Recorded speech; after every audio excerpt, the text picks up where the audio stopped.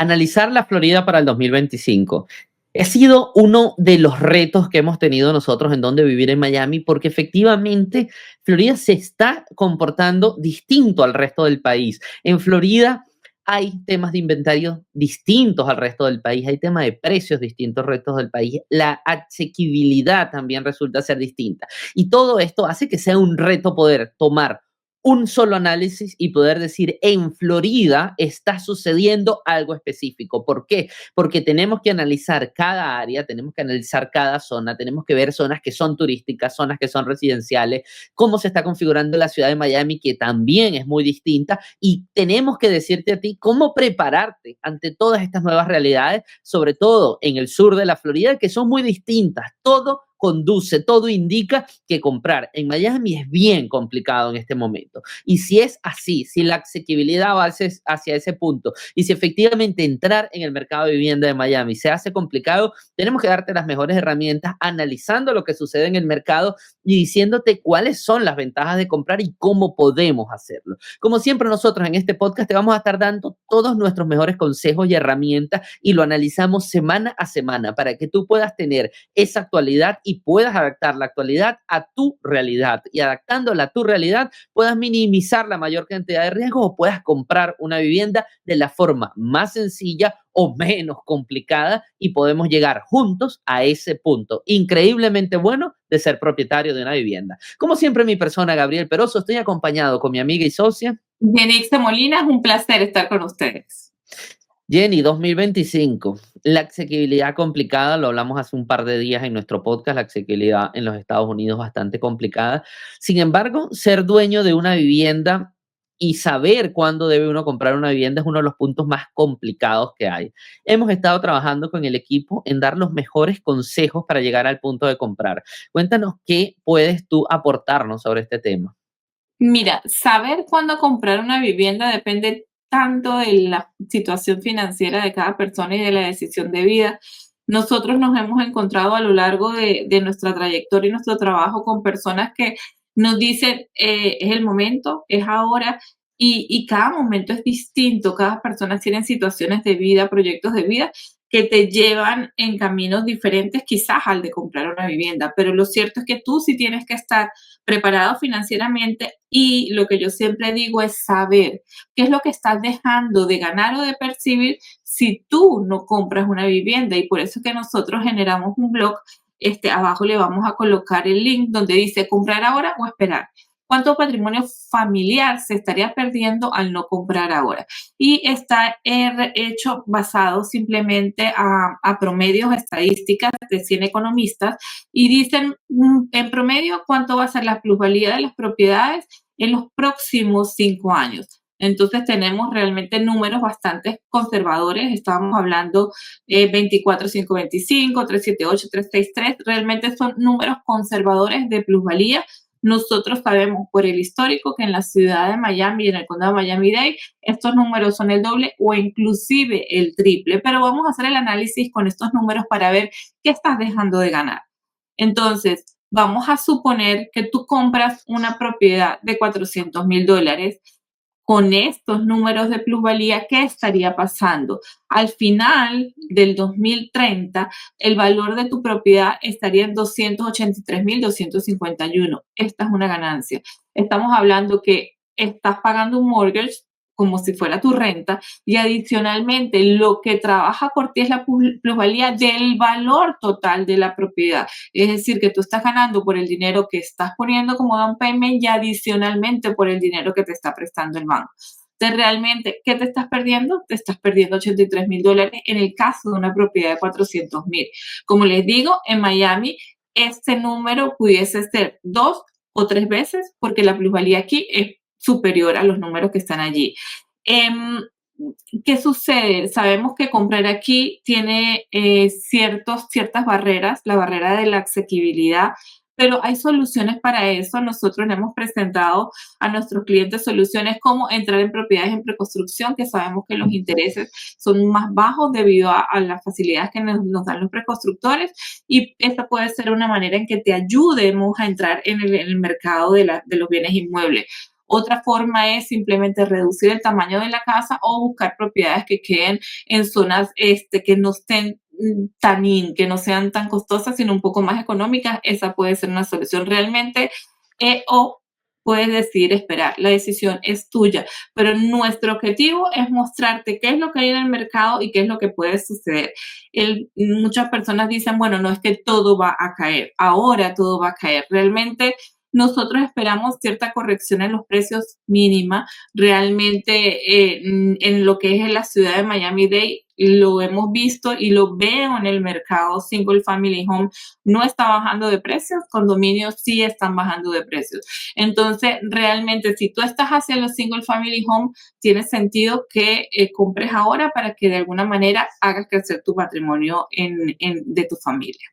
Sí, es correcto, Jenny. Incluso analizando con números reales, sé que no lo teníamos previsto para el podcast, pero si vemos números como tú lo viste a nivel nacional, pero si vemos la ganancia en los últimos 5 años en las distintas zonas de Florida, por ejemplo, podemos ver zonas como Miami-Dade, ha crecido un 70% en los últimos 5 años. La gente puede decir, wow, eso tiene influencia de la pandemia. Evidentemente, hubo la pandemia, crecieron mucho los precios. Si nos vamos al valor de crecimiento histórico de condado de Miami-Dade, aquí lo podemos ver los últimos 24 años, desde el 2000 hasta hoy, una unidad de vivienda de $125,000 en promedio, hoy en día está en $530,000. O sea, quiere decir que subió de 530 a 125, de 125 a 530.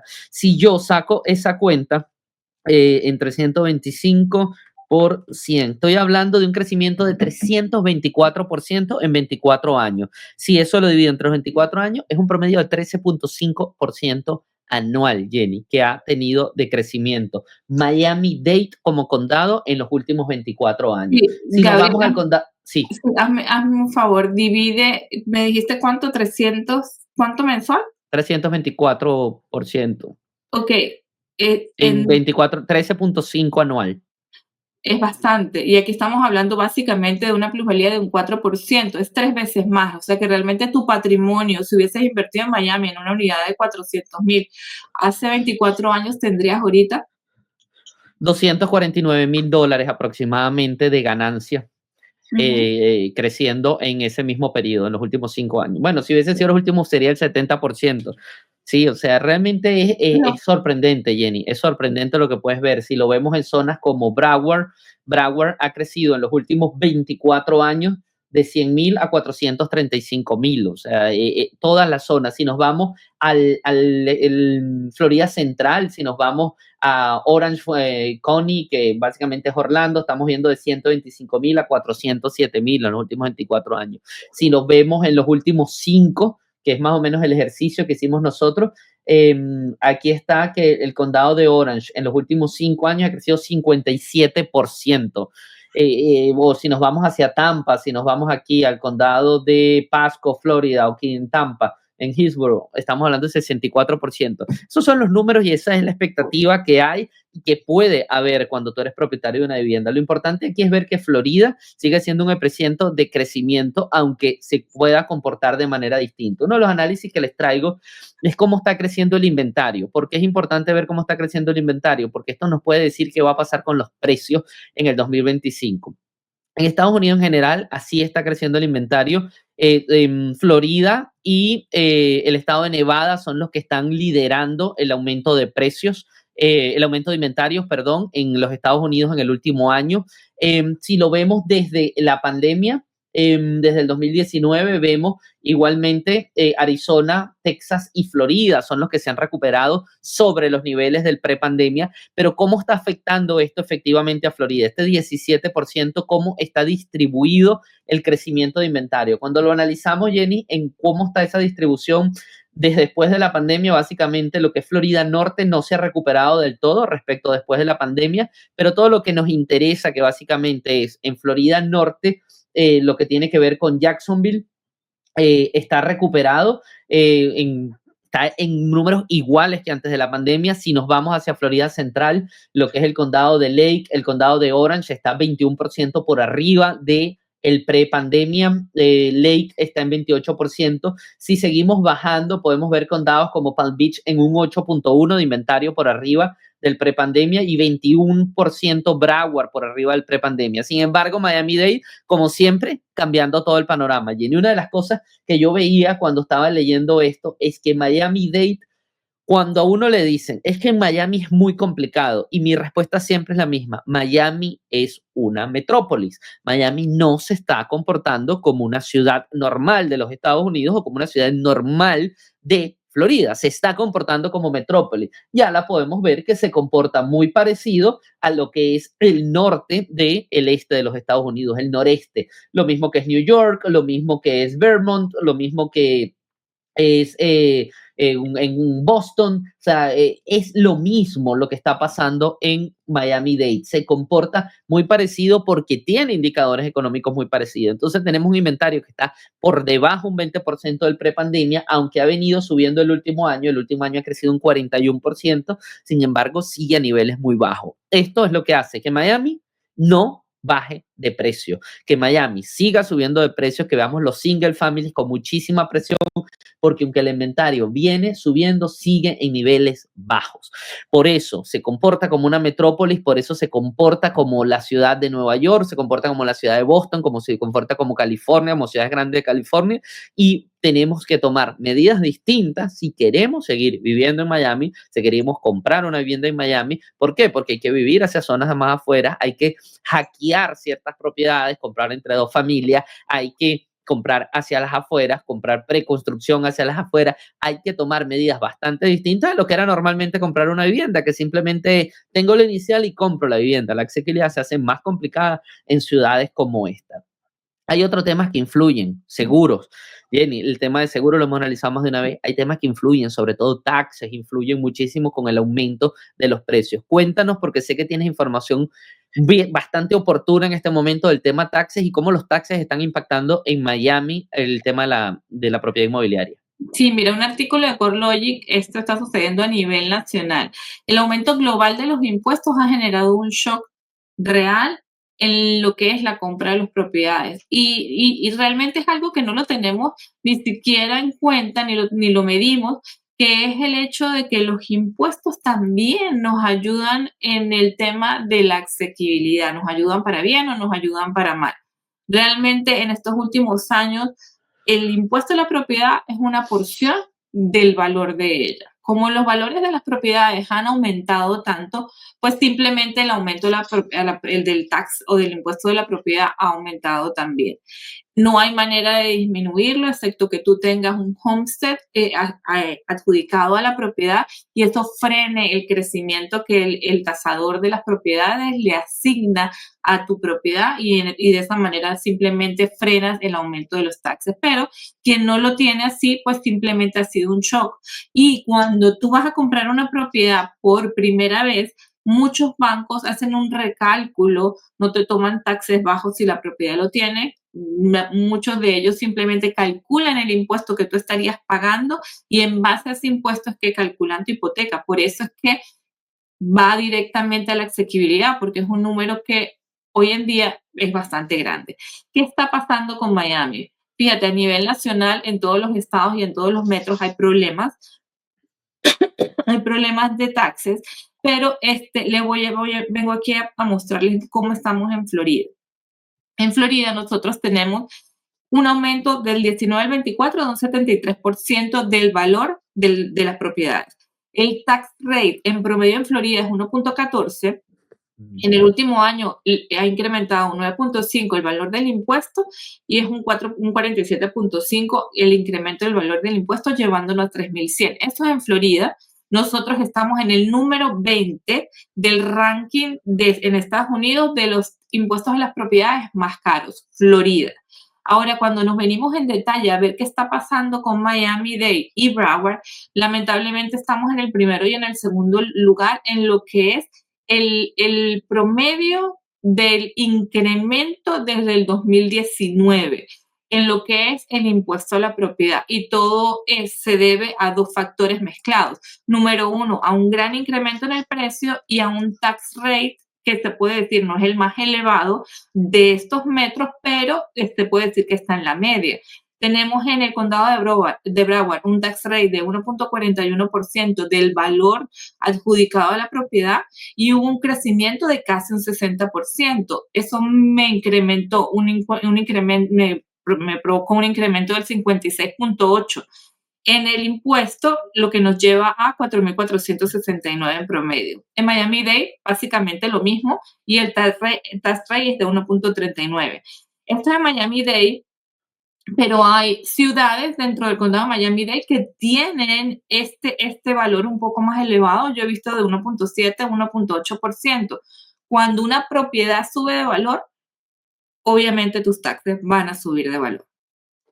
Sí, efectivamente es una situación bastante compleja, Jenny, revisar el tema de taxes en Miami-Dade, en Broward, en el sur de la Florida, y una vez más nos enfrentamos a problemas de metrópoli, de gran ciudad, sobre todo esos impuestos es para poder invertir en movilidad, invertir en servicios públicos y poder llevar la ciudad a poder manejar volúmenes poblacionales muy altos y adicionalmente mantener estándares muy altos, porque si no, también la ciudad cae en problemas de no tener el dinero suficiente para poder afrontar problemas de tener una ciudad que era pequeña, que era controlable, a nada más el problema de movilidad que tenemos en todo Miami-Dade es bien complicado y son millones o billones de dólares a invertir en mejorar el tema de servicios públicos. Muchas personas se quejan, no se ven y realmente sabemos que ha sido complicado, que es complicado, que las obras quizás llegan tarde, pero va a ser la única manera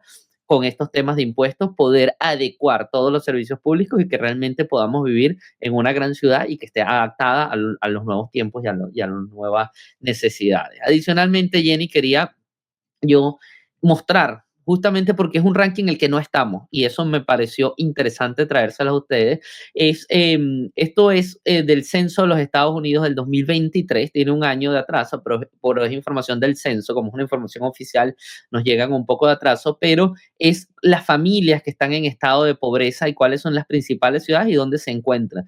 Me pareció bien interesante ver que ninguna ciudad de Florida está en el ranking de las ciudades con más pobreza en los Estados Unidos.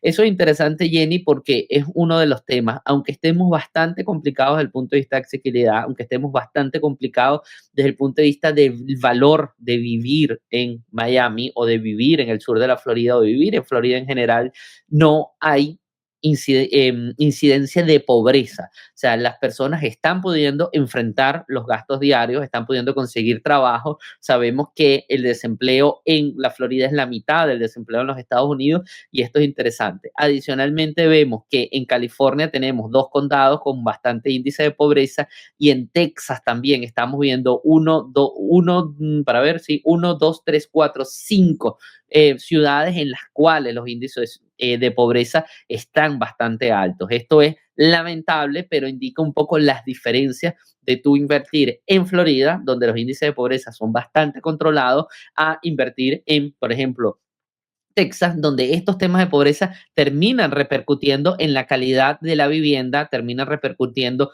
en temas como delincuencia, terminan repercutiendo en temas de servicios públicos y de cómo las ciudades o cómo los estados enfrentan los temas de demografía. Entonces es importante que ustedes vean cómo Florida no está en este ranking y por eso queríamos traerlo. Adicionalmente, Jenny, está incrementando la población en Florida. Es uno de los temas que se ha estado hablando normalmente, incluso desde la pandemia, muchísima migración. Cuéntanos cuáles son los últimos números que tenemos poblacionales para el La estado. oficina del censo estimó que Florida tiene una población de 23.372.000 habitantes el 1 de julio.